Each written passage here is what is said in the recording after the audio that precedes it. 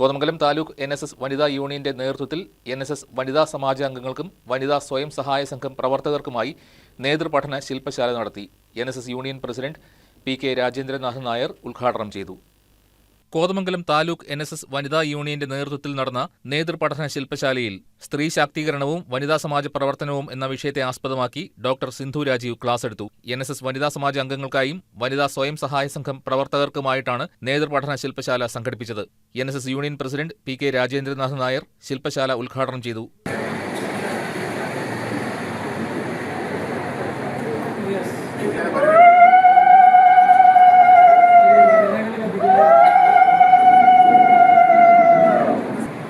കഴിഞ്ഞ 6 വർഷമായിട്ട് ഭാരതത്തിൻ്റെ സ്ത്രീ പ്രവർത്തന മേഖലയിൽ സ്ത്രീ സാന്നിധ്യം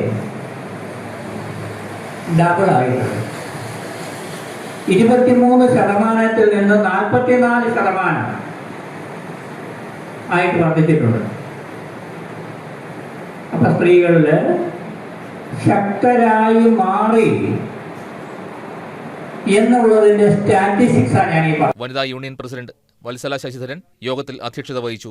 NSS union vice president Anil ഞങ്ങളുമഠം, NSS പ്രതിനിധി സഭാ member PP Sajeev, NSS taluk union secretary Mudappallur Gopikrishnan, വനിതാ union secretary Biji Chandrasekharan, vice president Vijaya Murali തുടങ്ങിയവർ സംസാരിച്ചു. 37 വനിതാ സമാജത്തിൽ നിന്നും വനിതാ സ്വയം സഹായ സംഘങ്ങളിൽ നിന്നും ഭാരവാഹികൾ പങ്കെടുത്തു. NSS പ്രതിനിധി സഭാ അംഗമായി തിരഞ്ഞെടുക്കപ്പെട്ട PK രാജേന്ദ്രനാഥൻ നായരെ ചടങ്ങിൽ വനിതാ യൂണിയൻ പ്രസിഡന്റ് പൊന്നാടയണിയിച്ച് ആദരിച്ചു. News desk KCB news.